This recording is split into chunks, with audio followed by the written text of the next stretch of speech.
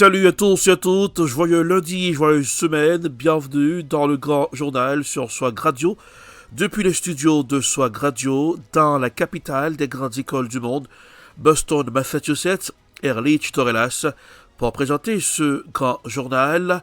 Swag Radio, l'énergie, le flow et l'attitude.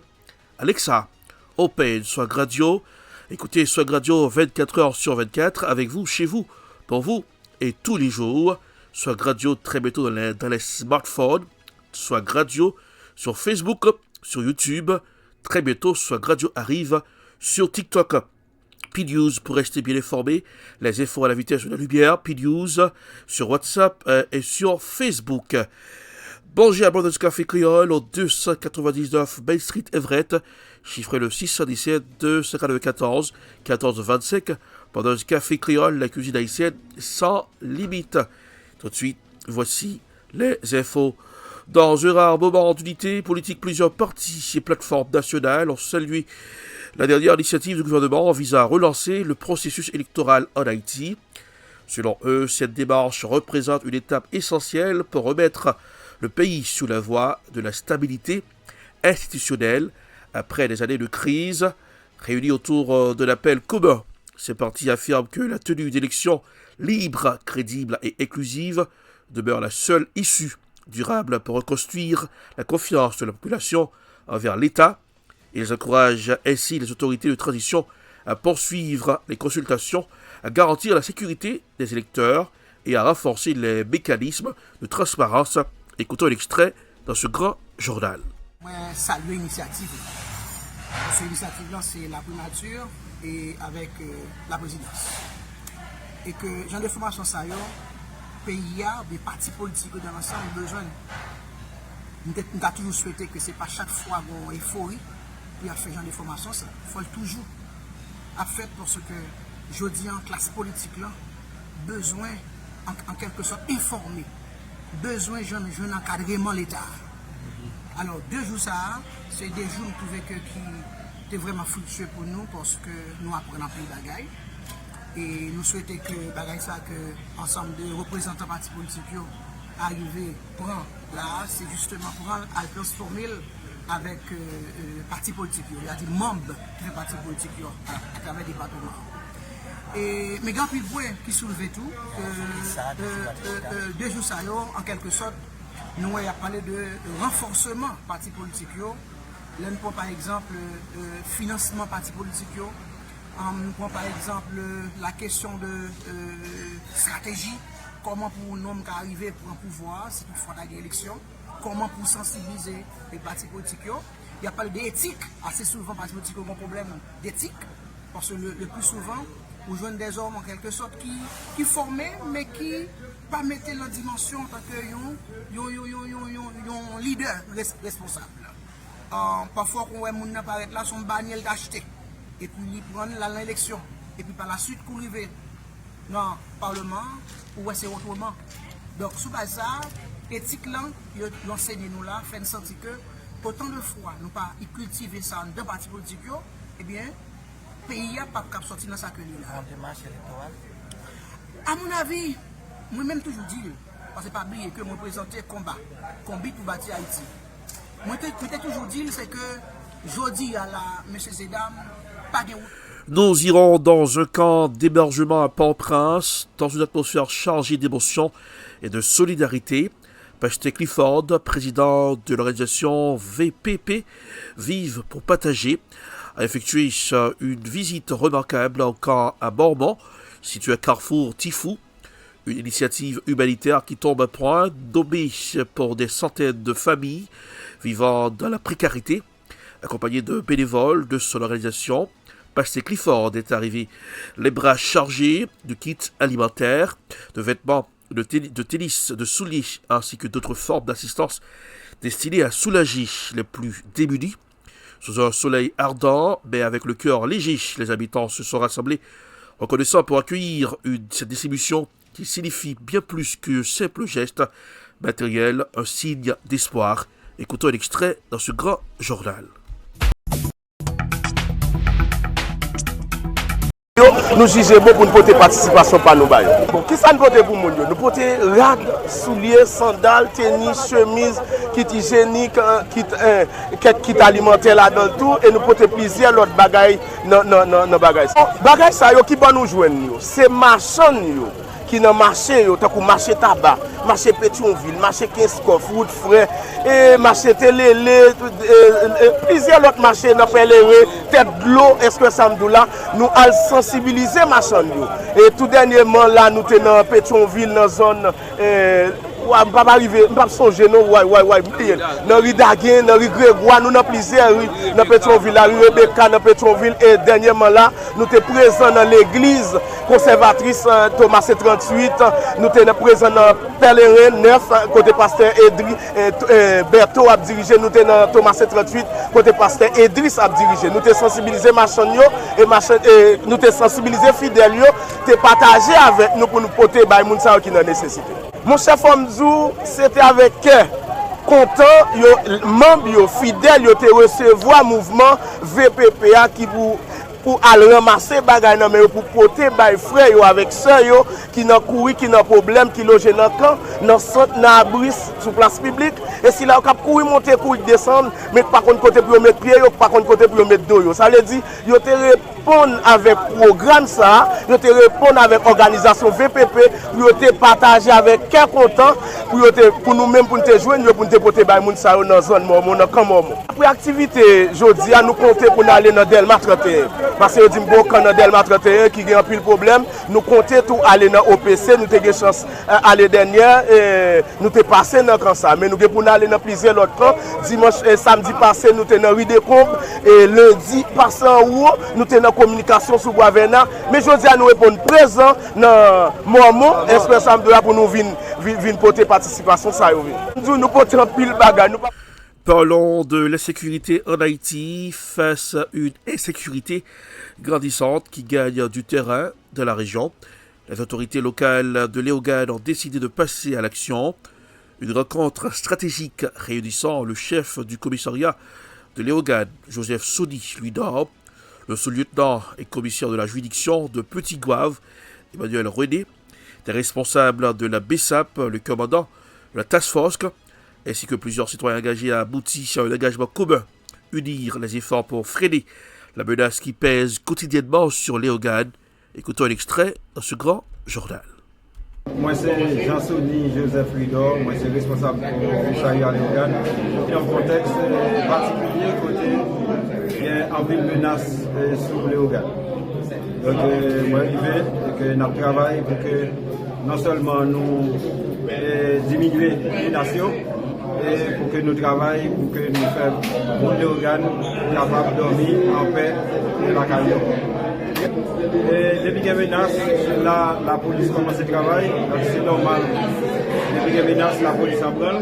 Et nous-mêmes, nous avons développé toute stratégie possible pour que nous diminuions les risques de menaces et pour qu'il y ait des organes en sécurité. Et les moyens sont problèmes national liés. Nous ne pouvons pas attendre de nous jeunes citoyens pour nous frapper. Donc nous avons utilisé toute stratégie et utilisé ça nous gagne pour nous commencer à couper.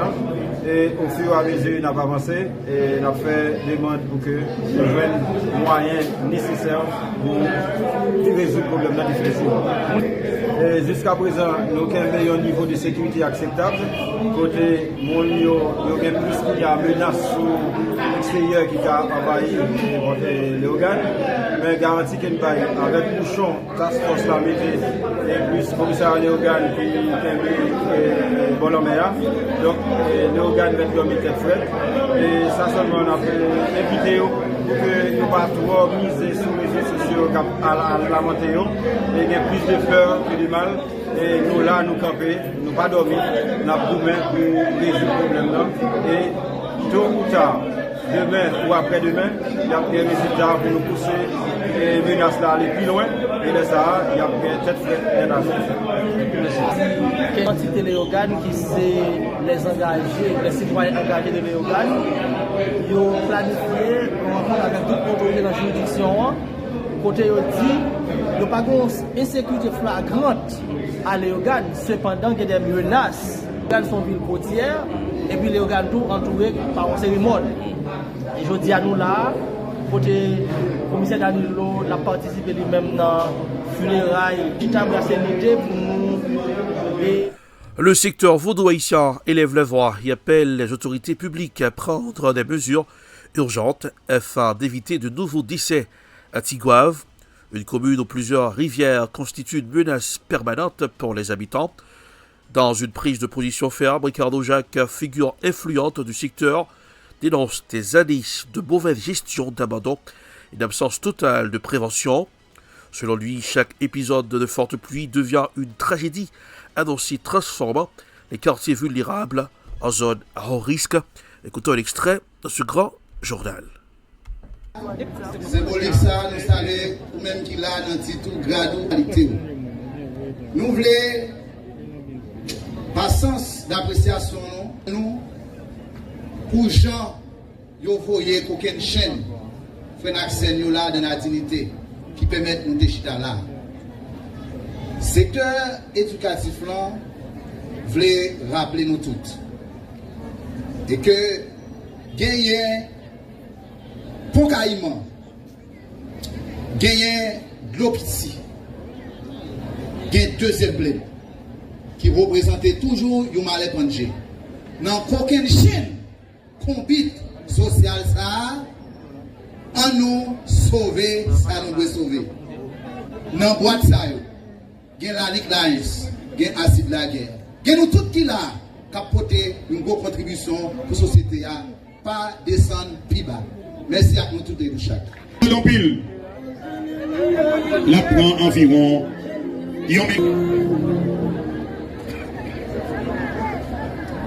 de la vie dans nos ancêtres. Et je dis pour parler dans nos communautés vaudoues, principalement dans nos KNVA, dans nos circonstances, je dis on pense que fait tout le monde qui doit mal. Nous avons une grande bagaille nous voulons dire avec la population et avec l'État. Communauté vaudoues, nous avons un grand objectif qui est plus important pour nous dans la vie. Nous avons la vie et c'est ça que fait nous bon Dieu la vie. Qui ça veut dire pour nous? Nous là, nous-mêmes, pour nous protéger la vie, tout côté et puis tout temps. Dans l'objectif, ça, nous avons demandé l'État central, dans tout niveau. Nous avons demandé pour prendre responsabilité parce que je dis, nous ne sommes pas là pour protéger la vie, pour négligence l'État, la cause 18 personnes couchent seul côté aujourd'hui, il y a La tension ne cesse de monter à la paroisse de Savanne-Long, où le père Enos Bruno se retrouve au cœur d'une vive controverse. L'incident qui habille le feu en poudre concerne une altercation entre le prêtre et un fidèle, Rodney Germain, à qui le religieux aurait asséné un coup de bois. Lors d'une discussion animée, la victime hospitalisée pendant plusieurs jours est devenue le symbole d'un profond malaise qui couvrait au sein de la communauté. Face à cette situation, les fidèles se sont mobilisés en nombre. Des barricades ont été érigées, les portes de l'église ont été fermées. Un mouvement de protestation s'est installé pour réclamer ouvertement le départ immédiat du prêtre. Une pétition a même été envoyée à Monseigneur Questel Alphonse, lui demandant de relever le père Enos Bruno de ses fonctions à la tête de la paroisse. Écoutons un extrait dans ce grand journal. Moi-même, Joseph. Ok, écoutez bien. Pas tant dans l'église là. Vin gen un bagay. Si nèg la prend téléphone qui est dans main. Kon y a pas de téléphone là. Père a venu puis prend téléphone dans main, l'a filmé dans l'église là. Kon y a là aller puis prend téléphone là, il passe téléphone dans l'autre monde. Kon y a les mêmes il viré, si nèg la camper, et puis les mêmes il viré là, il prend bois, il va tenir un coup de bois, tenir la tomber. Qu'est-ce que va être 5 la coup de bois? Père. Qui perd? Qui perd? Et nos. Mais qui côté Enos Bruno. Oui. Qui côté les jeunes bois ça? Est-ce que son bois qui est dans l'église là? Non pas contre, dans l'église pas de bois, les dictés gain bois il t'a cherché côté gain, on pas contre. Mais après elle te fait une baille 5 la coup de bois, comment? Ce qui réaction nous-mêmes qui des populations? Bien nous-mêmes qui sommes dans l'église là. Action que nous avons créée, nous avons dit, mettez les gars tomber, père ben un courant puis pour aller à l'hôpital ensemble avec. À nos jours, nous sommes à l'hôpital toujours, encore délibéré, mais on seul bagaille. Ça t'a été plus grave, mais bon Dieu fait y parler. Et père, côté. Mais nous constatons que l'église la fermée, c'est la population qui ferme ou bien c'est évêque là qui vient fermer? Population qui ferme. Mais après incident majeur ça, évêque là pas qu'on vient avec la population? Évêque diocèse là, il pas qu'on vient avec nous? Non, pas combat. Mais il pas de venir dans zone là même? Il était venu là il dit la pour retourner. Il pas rencontré par un victime là? Oui. Pas contre qui ça a discuté? Non, il t'a parlé on notre parole, mon pas te connaître. Vous parlez à part à côté? Oui, mon pas te connaître. Et je dis à qui ça, nous-mêmes, comme nous savons, nous avons demandé à l'évêque diocèse là, qui décision il a dû prendre dans telle situation comme ça. Oui, Michel. Dès qu'il Michel parle, dès qu'il Michel vous aller. Et non. Mais est-ce que, comment, avant ça, avant l'incident arrivé, comment relation nous-mêmes avec Père? Mon cher, dans Bouldi. Dans Bouldi, c'est qui soit? Qui Bouldi? Saute qu'on va payer.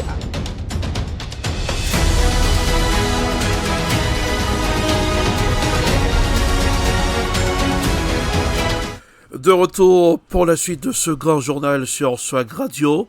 Alexa, open Swag Radio. Écoutez Swag Radio 24 heures sur 24. Avec vous, chez vous, pour vous, tous les jours. Swag Radio. L'énergie, le flow et l'attitude. P-News pour rester bien informé. Les infos à la vitesse de la lumière. P-News sur WhatsApp et sur Facebook. Et manger un bon café créole pour des mets succulents au 299 Main Street Everett, chiffré le 617 294 1425. Pendant ce café créole, la cuisine haïtienne sans limite. Swag Radio très bientôt dans les smartphones. Swag Radio arrive très bientôt sur TikTok. Et likez la page de Swag Radio sur Facebook et sur YouTube. Parlons du dossier de Jeffrey Epstein, le délinquant sexuel. Trump change d'avis et demande aux élus républicains de voter pour la divulgation des dossiers Epstein. Si le projet de loi est adopté, le ministère de la Justice sera tenu de divulguer tous les dossiers et communications relatifs au milliardaire Jeffrey Epstein, impliqué dans plusieurs affaires de pédocriminalité, ainsi que les détails de l'enquête sur son décès dans une prison fédérale à New York. Le reportage est signé Euronews. Le président américain Donald Trump a déclaré que les élus républicains devraient voter en faveur de la publication des dossiers de l'affaire Jeffrey Epstein, un retournement de veste notable. Dans le passé, il s'y était opposé fermement. Le président américain a déclaré qu'il n'avait rien à cacher et a de nouveau accusé les démocrates et la gauche radicale de salir la réputation du parti républicain. Récemment, un nombre croissant de membres de son propre parti se sont prononcés en faveur de la publication des documents. Donald Trump s'est par exemple récemment brouillé avec la députée républicaine Marjorie Taylor Greene, fervente partisane du président. Elle a cependant demandé à plusieurs reprises la publication des dossiers Epstein. Si le projet de loi est adopté, le ministère de la Justice sera tenu de divulguer tous les dossiers et communications relatifs à Epstein, ainsi que les détails de l'enquête sur son décès dans une prison fédérale. Nous irons au Chili. Le Chili retient son souffle. Après une première manche électorale particulièrement disputée, Janet Jara et José Antonio-Caz se sont officiellement qualifiés pour le second tour de la présidentielle, prévu pour le 14 décembre. Une confrontation explosive qui oppose deux visions totalement différentes pour l'avenir du pays. Janet Jara, la gauche sociale en marche, ancienne ministre du Travail. Janet Jara s'est imposée comme la figure montante de la gauche chilienne, portée par un discours axé sur la justice sociale, l'amélioration des retraites et la défense du monde ouvrier. Elle a réussi à galvaniser une large base électorale, notamment chez les jeunes et les classes populaires. Son équipe parle déjà de mouvements historiques visant à moderniser l'État et renforcer les droits sociaux. José Antonio-Caz, le candidat de la droite dure face à elle.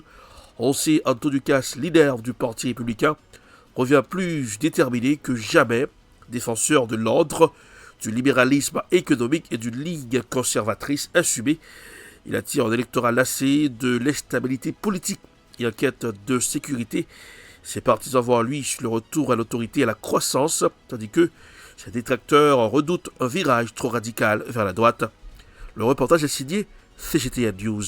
Dans ce grand journal. Plus de 15 700 000 citoyens sont appelés à voter dans une élection qui divise fortement l'électorat. Les principaux candidats présentent des visions diamétralement opposées pour l'avenir du pays.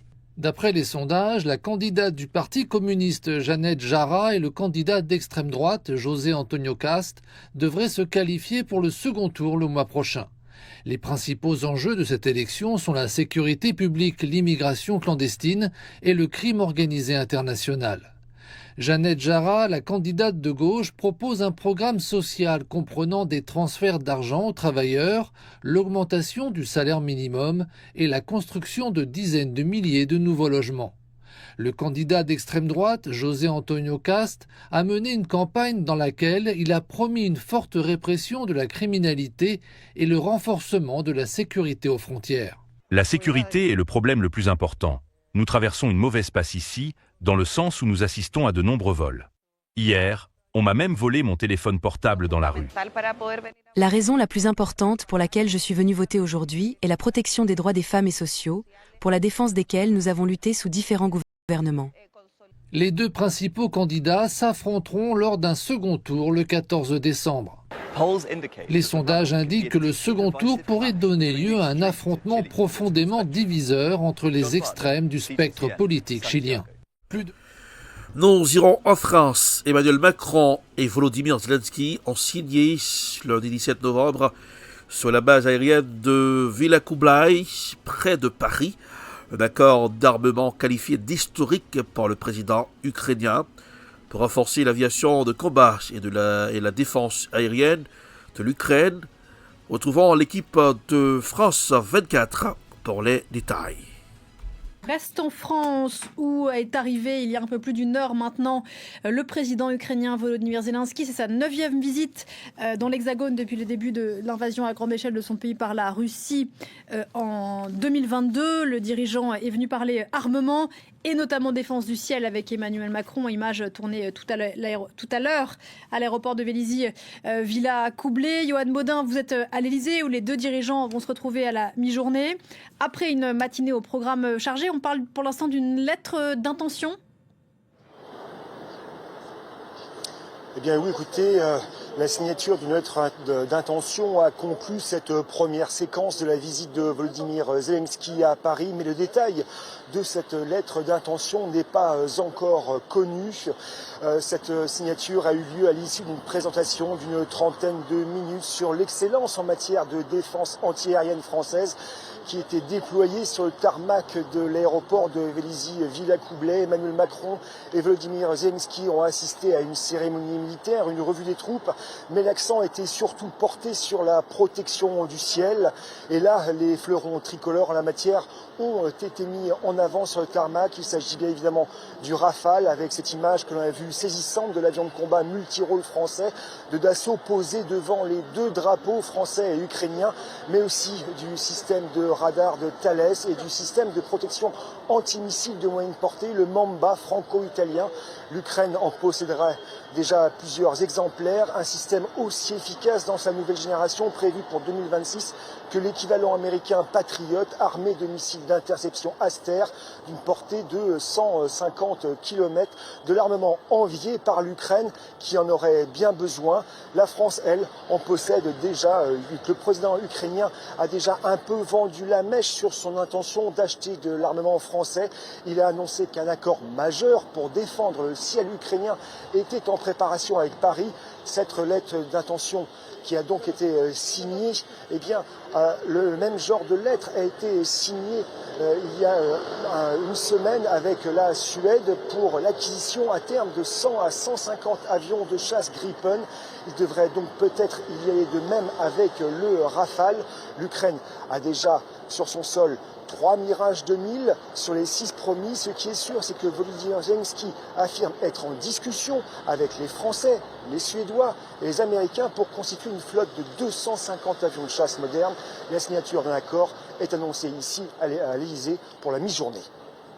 Johan Baudin à l'Elysée, merci beaucoup Johan, et à suivre à 12h40 en direct sur les antennes de France 24 à la conférence de presse conjointe entre Volodymyr Zelensky et Emmanuel Macron. Nous irons en Israël. Le maire sortant de New York, Eric Adams, a posé ses valises en Israël. C'est dans le cadre d'une visite officielle marquée par diplomatie, sécurité, symbolisme politique. Selon son entourage, Adams a voulu montrer un soutien continu aux relations entre New York et Israël à un moment délicat tout en rencontrant des responsables sécuritaires et communautaires sur place.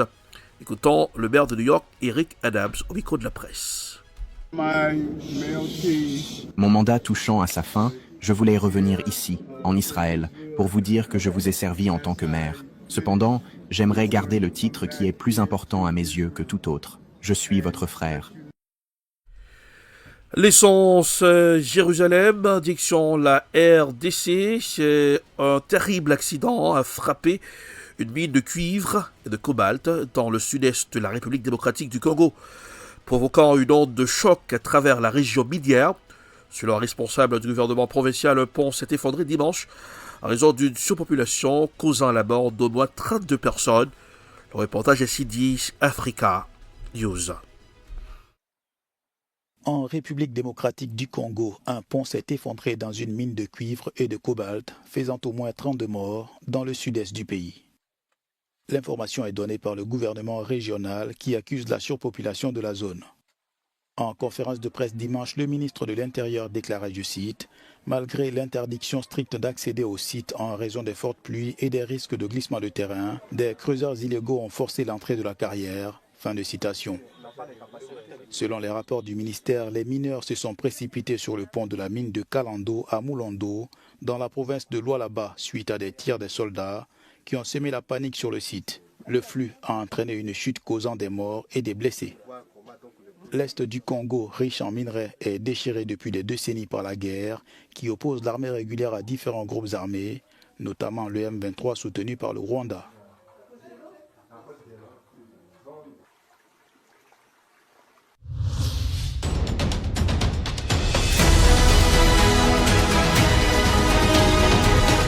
C'est la fin de ce grand journal pour ce lundi 17 novembre 2025. Avant de partir en couleur du temps pour ce aujourd'hui, le matin vers 7h environ 31 degrés Fahrenheit pendant la matinée, jusqu'à midi 33 degrés Fahrenheit et 39 degrés Fahrenheit. L'après-midi vers 13h, 15h, pic autour de 42 degrés Fahrenheit. En fin d'après-midi, soirée redescente vers 38 degrés Fahrenheit et 34 degrés Fahrenheit. Nuit, environ 34 degrés Fahrenheit. Attendez-vous à une journée plutôt fraîche, avec un maximum autour de 42 degrés Fahrenheit, une chute vers les mid 30 degrés Fahrenheit en soirée. Alors, il y aura du soleil pour vous aujourd'hui. Profitez-en, mais vous aurez besoin d'un manteau. Pour présenter le grand journal sur Swag Radio, Erlich Dorelas, depuis les studios de Swag Radio de la capitale des grandes écoles du monde, Boston, Massachusetts. Alexa, Open Swag Radio, écoutez Swag Radio 24h sur 24, avec vous, chez vous, pour vous, tous les jours. Swag Radio, l'énergie, le flow et l'attitude. On air avec du style. Manger avec du style à Bordeaux Café Créole au 299 Main Street Everett. Chiffre le 617 2 94 14 25. Bordeaux Café Créole, la cuisine haïtienne sans limite. P-News, pour rester bien informé, la zéphore à la vitesse de la lumière. P-News sur WhatsApp et sur Facebook. P-News, votre source d'information. Swag Radio sur Facebook, sur YouTube. Swag Radio très bientôt dans les smartphones. Et Swag Radio très bientôt sur TikTok. Passez un joyeux lundi, un bon début de semaine. N'oubliez pas de garder le sourire, car le sourire, ça rajeunit le visage. Et bonsoir tout le monde. Rendez-vous c'est pour le demain. Au revoir. À demain.